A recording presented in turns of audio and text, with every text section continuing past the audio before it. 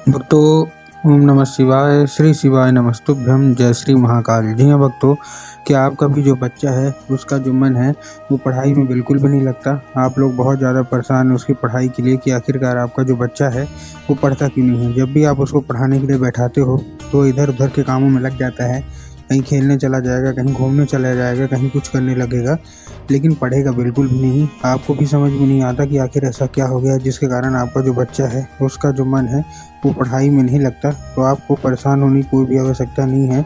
आज मैं आपको जो उपाय बताने वाला हूँ, अगर आपने केवल और केवल उतना ही उपाय कर लिया तो अवश्य रूप से सारी की सारी इच्छा, सारी की सारी जो मनोकामना है वो अवश्य रूप से पूरी होंगी ही होंगी। और आपका जो बच्चा है ना, जिसका मन पढ़ाई में नहीं लगता, अवश्य रूप से वो बिना कुछ बोले, बिना कुछ कहे केवल और केवल पढ़ाई ही करेगा। क्या करना है, कैसे करना है, पूरा आपको बताने वाला हूँ और अच्छे तरीके से आपको समझाने वाला हूँ। तो बस उपाय ध्यान से सुन के अच्छे से करिएगा ज़रूर। और अगर आपने आज का ये उपाय ध्यान से सुन के और अच्छे तरीके से कर लिया तो अवश्य रूप से सारी इच्छा मनोकामना आपकी जो है ना वो पूरी होगी ही होगी। क्या करना है, कैसे करना है, पूरा बताऊंगा और अच्छे तरीके से समझाऊंगा। तो बस उपाय ध्यान से सुन के अच्छे से करिएगा ज़रूर। देखिए, आपको भी पता है कि जो पूज्य गुरुदेव की जो कथा होती है ना, उसमें लाखों की भीड़ आती है। कैसे भीड़ आती है? लाखों की भीड़ आती है।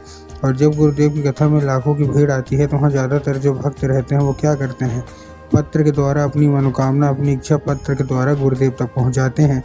तो अभी गुरुदेव की कथा चल रही थी, आज से 4 से 5 महीना पहले की बात है। गुरुदेव की क्या है, कथा चल रही थी और गुरुदेव की कथा में लाखों की भीड़ आई। अब जब गुरुदेव की कथा में लाखों की भीड़ आई तो वहाँ ज़्यादातर जो भक्त थे ना, उन्होंने क्या कहा, उस बार जो मतलब गुरुदेव की कथा में था, जब गुरुदेव ने पत्र पढ़ा तो वहाँ गुरुदेव ने देखा कि ज़्यादातर जो भक्त हैं उनकी क्या है, केवल और केवल एक ही मनोकामना है। क्या कि गुरुदेव, हमारा जो बच्चा है उसका जो मन है ना वो पढ़ाई में बिल्कुल भी नहीं लगता। कृपया करके कोई उपाय बता दें ताकि हमारे बच्चे का जो मन है वो पढ़ाई में लगने लगे, पढ़ाई की ओर आकर्षित होने लगे। अब जब गुरुदेव ने ये देखा तब गुरुदेव ने 2 से 3 उपाय बताए और कहा केवल और केवल ये उपाय कर लेना, तुम्हारा जो भी बच्चा है जिसका भी मन पढ़ाई में नहीं लगता, अवश्य रूप से उसका जो मन है वो पढ़ाई की ओर आकर्षित होगा ही होगा। अब जब गुरुदेव ने उपाय बताया तो लोगों ने जा जाके इस उपाय को घर में करना शुरू कर दिया। अब जैसे ही लोगों ने जाके इस उपाय को घर में करना शुरू कर दिया, वही लोग गुरुदेव की कथा में मात्र 1 से 1.5 महीने के बाद वापस आए। अब जब वही लोग गुरुदेव की कथा में वापस आए तो उन्होंने क्या किया, फिर से एक बार गुरुदेव को पत्र लिखा। लेकिन ये वाला जो पत्र था ना, ये गुरुदेव को धन्यवाद के रूप में पत्र था कि गुरुदेव धन्य हो आपका, आपके द्वारा बताया गया उपाय हमने कर लिया है। सारी की सारी हमारी इच्छा, सारी की सारी मनोकामना जो है वो पूरी हो गई है और ये केवल और केवल आपके द्वारा बताए गए उपाय के कारण ही हुआ है। तो देखिए, जो लोग भी मेरी आवाज़ अभी सुन रहे हैं ना, अगर आपको भी जानना है कि आखिर ऐसा कौन सा उपाय है जिसको करने मात्र से सारी इच्छा मनोकामना जो है वो पूरी हो जाती है, तो चलिए हम बताते हैं आपको आज की इस वीडियो के माध्यम से कि आपको करना क्या है। तो बस उपाय ध्यान से सुन के अच्छे से करिएगा ज़रूर, ताकि आपकी सारी इच्छा मनोकामना अवश्य रूप से पूरी हो ही हो जाए, ठीक। लेकिन उसके पहले चैनल पर अगर पहली बार आए हैं और आवाज़ मेरी पहली बार सुन रहे हैं तो वीडियो कर दें लाइक और चैनल को भी कर लें सब्सक्राइब, ताकि पूजनीय पंडित प्रदीप जी मिश्रा के रोज़ नए नए उपाय जो कि मैं उनकी कथा से सुनता हूँ, श्रवण करता हूँ, सबसे पहले मैं आपको प्राप्त करा सकूँ, ठीक। तो देखिए, जो हमारा सबसे पहला उपाय है, इस उपाय में आपको करना क्या है। जो हमारा सबसे पहला उपाय है, इस उपाय में आपको सबसे पहले लेना क्या है, आपको लेना है 3 काली तिल और 1 धतूरा।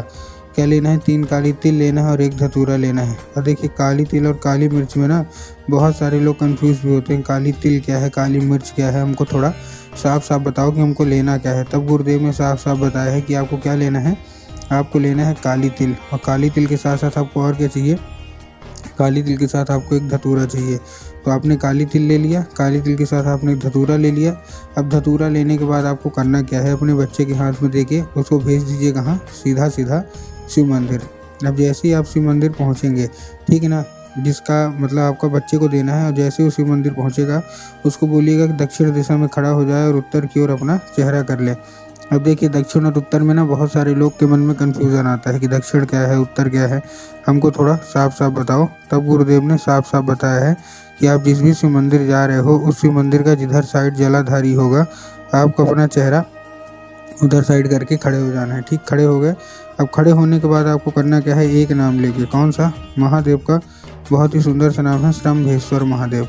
तो आपको करना क्या है, श्रम्भेश्वर महादेव का नाम लेके और उन्हीं का स्मरण करके आपको चुपचाप क्या कर देना है, अर्पित कर देना है बस। पूज्य गुरुदेव कहते हैं कि अगर आपने ऐसा कर लिया तो अवश्य रूप से सारी इच्छा, सारी मनोकामना जो है ना वो आपकी पूरी होगी ही होगी। और आपका जो बच्चा है जिसका मन पढ़ाई में नहीं लगता, अवश्य रूप से उसका जो मन है वो पढ़ाई की ओर आकर्षित होगा ही होगा। ये था कौन सा, ये था हमारा पहला उपाय। अब हम चलते हैं अपने दूसरे उपाय की ओर। अब देखिए जो हमारा दूसरा उपाय है, इस उपाय में आपको करना क्या है, जो हमारा दूसरा उपाय है इस उपाय में आपको लेना क्या है, जितनी भी माताएं हैं अपने बच्चों के लिए ये उपाय करिएगा। इस उपाय में सबसे पहले आपको चाहिए क्या, एक लाल फूल चाहिए। अब लाल फूल आप कोई सा भी ले सकते हैं, गुलाब का ले लीजिए, गुड़हल का ले लीजिए, जो भी आपको पसंद आए आप लाल फूल ले लीजिए। लेकिन जब आप लाल फूल लेंगे तब आपको ध्यान रखना है कि फूल वो कहीं से भी कटा फटा या खंडित बिल्कुल भी नहीं होना चाहिए। बहुत सारे लोग फूल लेने में यही गलती करते हैं कि फूल ले तो लेते हैं लेकिन वो बिना देखे सुने फूल ले लेते हैं, तो आपको ऐसा नहीं लेना है, ठीक। तो फूल आपने ले लिया, और फूल लेने के बाद आपको करना क्या है, जैसे आपने फूल लिया, फूल लेने के बाद उसको क्या करना है, जैसे आपने फूल लिया, फूल लेने के बाद आपको क्या करना है, आपके घर में इस उपाय को करने के लिए माता सरस्वती की फ़ोटो या मूर्ति होना अति अनिवार्य है। अगर आपके घर में माता सरस्वती की फ़ोटो या मूर्ति है तब तो अच्छी बात है, लेकिन अगर आपके घर में माता सरस्वती की फ़ोटो या मूर्ति नहीं है तो आपको बाज़ार जाना है और माता सरस्वती की फ़ोटो लाना है, ठीक। ला लिए फ़ोटो लाने के बाद आपको क्या करना है, उनको घर में अपने स्थान देना है, ठीक। स्थान देने के बाद आपको करना क्या है, जैसे आपने स्थान दिया, स्थान देने के बाद आपको शाम के समय जब आपके घर में पूजा पाठ होता है तो लाल फूल अर्पित करना, और लाल फूल अर्पित करने के बाद उसको औषधि के रूप में मांगना है कि माता कृपया करके हमको इसको औषधि के रूप में प्रदान करिए। अब क्या होगा, अब ये औषधि का रूप ले लेगा, ठीक। औषधि का रूप लेने के साथ साथ ही आपको और क्या करना है, उसी रात जब आपका बच्चा अच्छे तरीके से खाना पीना खा के सो जाए तो आपको लाल फूल जो है ना वो उठाना है और अपने बच्चे के माथे पे 2 से 3 बार आपको फेर देना है। पूज्य गुरुदेव कहते हैं कि अगर आपने ऐसा कर लिया तो अवश्य रूप से सारी की सारी जो इच्छा थी, सारी की सारी जो मनोकामना थी वो पूरी हो जाएगी, और आपके बच्चे का जिसका भी मन पढ़ाई में नहीं लगता अवश्य रूप से वो पढ़ेगा ही पढ़ेगा। ये था हमारा कौन सा, ये था हमारा दूसरा उपाय। अब हम चलते हैं अपने तीसरे और आखिरी उपाय की ओर। अब देखिए जो हमारा तीसरा और आखिरी उपाय है, इस उपाय में आपको करना क्या है, सिंपल सा।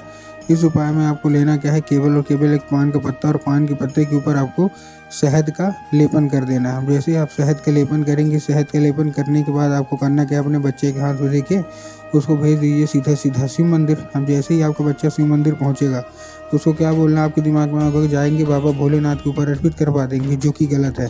आपको बाबा भोलेनाथ के ऊपर अर्पित नहीं करवाना, आपको कहाँ अर्पित करवाना है, माता शोक सुंदरी के ऊपर। माता शोक सुंदरी की जगह कहाँ होती है, जलाधारी के बिल्कुल बीचों बीच। तो बस आपको क्या करना है, वहीं पास अर्पित कर देना है बस। पूज्य गुरुदेव कहते हैं कि मात्र 1 से 1.5 महीना रुक जाइए, जो कोई भी इच्छा मनोकामना सारी की सारी पूरी होगी ही होगी।